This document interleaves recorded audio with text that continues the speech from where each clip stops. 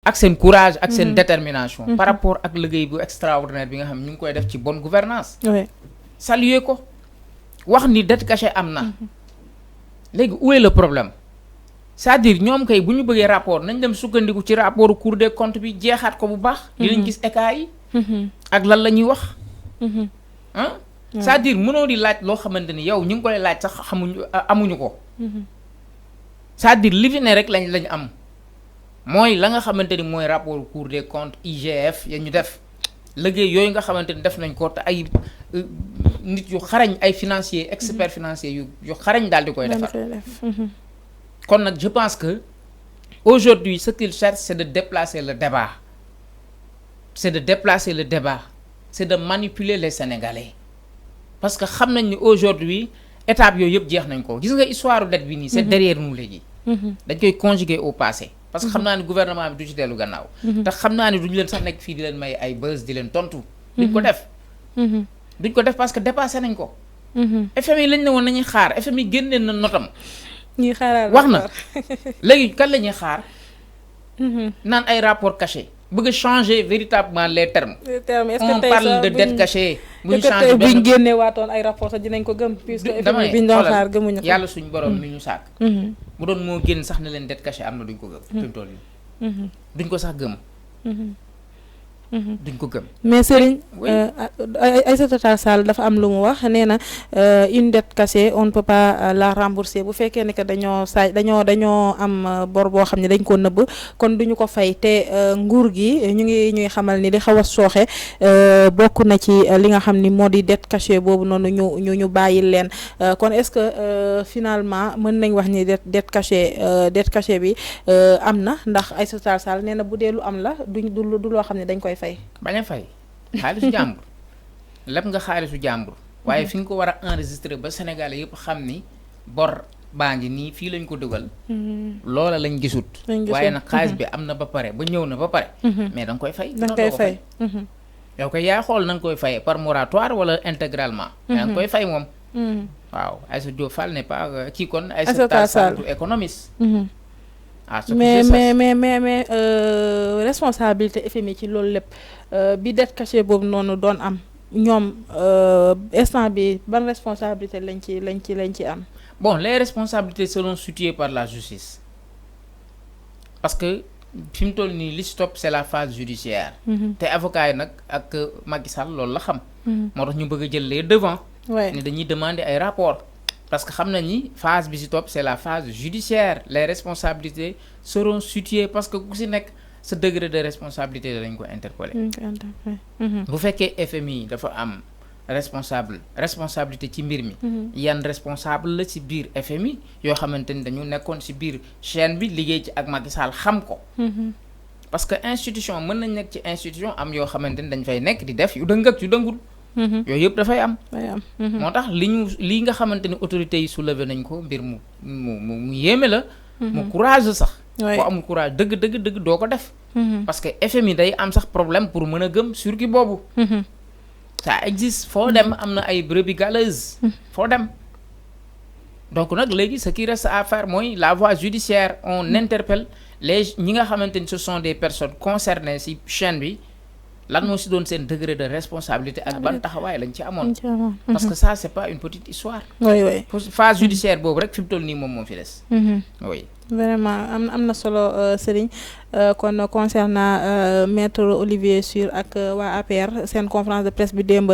mais ki nga xam ne aussi moo di Juan Branco daal dina leen di tontu ndax comme ni nga ko waxee rek jeu de mots bi nga xam ni moom lañ bëgg a indi nit ñi di wax dette cachée ñuy wax rapport caché mais ci noonu la leen Juan Branco daal di répondre ndax nee na fi mu ne nii kenn moo fi doon nëbb ay rapport te mooy le président Macky Sall ba tax sax plus de 80 personnes daal di génn àdduna ci li nga xam ni moom mooy ci gouvernance am tey Juan Branco moom it jël na mbir mi mel ni am na leneen loo xam ni mën nañ koo dégg ci waxam jooju noonu ndax day mel ni mbirum 80 morts yooyu noonu moom la bëgg a indiwaat. moom kay dafa ne Macky Sall moo faat. moo faat waaye. xale yi ndaw yi faatu. moo fi blessé ay nit. moo fi torturer ay nit moo fi jël ay rapport nëbbu ko ba pare xëy yebal ay avocat ñoom sax mu ngi leen tuddee ay xaw ma lan blanc presque da leen a xaw a xas waaw xas na leen xas yu méttee ba pare ñëw taxaw di jéem a wut ay ku ko défendre te ñemewuloo benn yoon teg sa tànk sa réew ñemewuloo benn amuloo courage bi moo tax nga yebal des sorciers blancs c'est le terme qu'il a utilisé des sorciers blancs pour venir te défendre wax na dëgg Macky Sall mi nga xamante ni lépp ça tourne autour de lui moom ba léegi il n'a même pas ce courage là de se déplacer et de venir dans son propre pays parce que il xam na lan moo koy xaar actuellement au Sénégal parce que xam na ampleur dégâts yi mu causé au Sénégal Macky voulait asphyxier l'économie sénégalaise avant de quitter parce que tout simplement il voulait empêcher les gens là de travailler convenablement ñëw rek tegu ci yoon bi daal di dem il ne voulait pas ça parce que c'est ce qu'il souhaitait aux Sénégalais c'est de vivre dans une situation économique catastrophique dégradante boo xamante ni aujourd'hui automatiquement les gens vont la sentir te buñ ko sentiree mën nañ am ay sentiment de révolte jóg daal di mere ñi fi nga xamante ni ñoo fi nekk ñoo Macky Sall rëccu nañ Macky situation boobu la bëggoon créer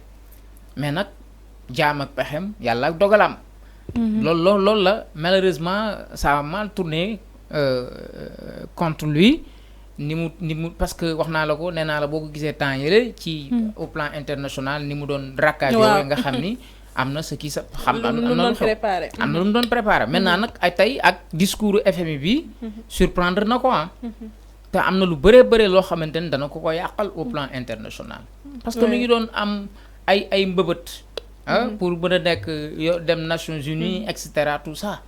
léegi tey Nations Unies est-ce que dañ ko confier un président bu ñu ni dafa participer ci ay histoire de dette cachée kooku moom rupture de confiance totale la dootu ñu am confiance yow maintenant tey Juan Branco li mu ko wax itam c'est tout à fait vrai moo tax Macky nag bari na ay tey lu ñu ko war a interpeller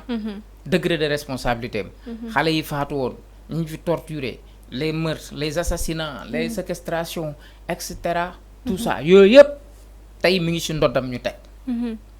te yaa ngi doon dégg keroog le député Ayib Daffé di wax mise en accusation boo xamante ni boo moytul danañ ko dugal lu yàgg danañ am ay éléments yu bari éléments yooyu histoire dette cachée bii bu tombeek ñu ni dette cachée am na loolu donc si dugal parce que lu mel noonu bu amee trahison lay doon yooyu yëpp tey bu ñu ko dugalee ci éléments yi nga xam dañ koy déposer au niveau de la haute cour de justice pour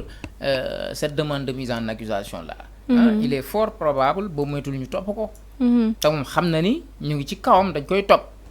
loolu moom du jaas ci mise en accusation boobu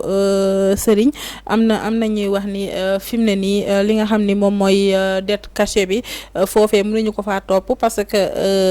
ñoom dañu ne amul waaye itam li nga xam ni moom moo fi xewoon di les événements politiques ba 80 personnes yooyu daal di ci génn àdduna am nañu ni au lieu que ñu jël responsabilité bi di ko jox Macky Sall c'est plutôt Ousmane Sonko mi nga xam ni moo woowoon xale yi ci mbedd bi kon moom mi nga xam ni moo di Macky Sall amul fenn foo xam ni war nañ ko faa mën a toppee. lu tax mënuñu ko faa topp. parce que nee nañ Ousmane Sonko moo woowoon xale yi moom ba xale yi wàcc ci mbedd bi ba yooyu yëpp am ci. nañ dem ba xam ndax mënuñu ko see topp en tout cas histoire li fi xewoon. si bien sûr que oui mën nañ ko see topp am na si une part de responsabilité. parce que Macky bi loolu di am fii Sénégal. ban taxawaay la ci Macky Sall teg c'est-à-dire dafa bëri yu ci biir événement mars yooyu dafa bëri lu fi xew loo xamante ni partem da cee impliqué à 100% ces nervis là yi ñu jàpp nit ñi doon leen torturer ak doon leen def naka sudul noonu siège APR lañ leen gisee ñu génne deuxièmement auto administration la ñu yëg yooyu yëpp am na les deux gendarmes là policiers yi ñu faat fii da nga gis benn réaction bu Macky Sall bu mu ko naqarloo wala bu mu leen jaalee 80 personnes yi faatu fii fu ñu bokk ñu ci bare bari boo ko xaajoon par 3 les deux partis Pastef la ñu bokk les gens les plus de 2000 et quelques personnes yi ñu fi jàpp tëjoon leen ci kaso bi fu ñu bokk parti Pastef la ñu bokk Macky dama ne à 99% responsabilité am la parce qu'il fut le président de la République de notre pays. ñi fi nekkoon c'est des opposants yu amoon droit wu opposé wu gis nga bu ñu remonté xool mbir mi lan moo ko sabab rek. mën nañ ko daaneel moom. affaire yi ci ay complot la jógee. jiiñ nit viol ay autorité étatique la ngaamu ci en premier chef moom ci boppam moom président Macky Sall. ay nitam ñu dégg leen ci dossier Ousmane Sonko Adji Sarr loolu mooy li taal réew mi loolu mooy li indi problème yooyu yëpp li mu looloo ko indi. kon aujourd'hui quand on nous dit que Macky Sall kenn mënu ko topp ci loola Macky Sall mën nañ ko topp sax woowuma sax waxi haute trahison fii ci réew mi mais mën nañ ko topp ci véritablement crime contre l'humanité.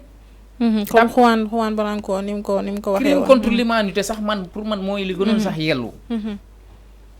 parce que crime contre l'humanité la koy jëmmal ak lay tax ñu ni crime contre l'humanité am na fii ci réew mi ay meurtre assassinat ay séquestration ay violation mais ay assassinat loolu mooy jëmmal crime contre l'humanité te loolu am na fii Sénégal te Macky Sall mooy le premier chef parce que moom moo amoon obligation wu sàmm sénégalais yi te sàmm leen dafa bàyyi gaa yi jël di dóor seen kaw mel ni nit ñi luñ gën a faatu daf koy gën a neex te dëgg amu ci benn ku fi yëngal ñu dal sa kaw ak nangam lu ne ñu ko di théoriser ci réew mi moment boo xam Sénégal mi ngi en feu. est-ce que nekkul woon maintien de l'ordre. waaw mais maintien de l'ordre jusqu'à ce niveau. on tue des Sénégalais. Oui. Des innocents. ñu bari ñi c'est des innocents. Comment concevoir des gens qui se manifestaient sans défense. ñu jël ay bal loolu amul fenn di dóor seen kaw. Sénégal dem ba mel ni ci guerre la place wu. yooyu yëpp am na fi. kon Macky mën nañ ko ubbil ay dossiers yu bëree bëri. mën nañ ko topp ci haute trahison mën nañ ko topp ci crime contre l'humanité. mais Serigne gisoo ni justice bi tamit xaw na yéex parce que li nga wax fii nii yëpp ñi nga xam ne ñoo nekk ci nguur gi itam doon ko wax bañ nekkee ci.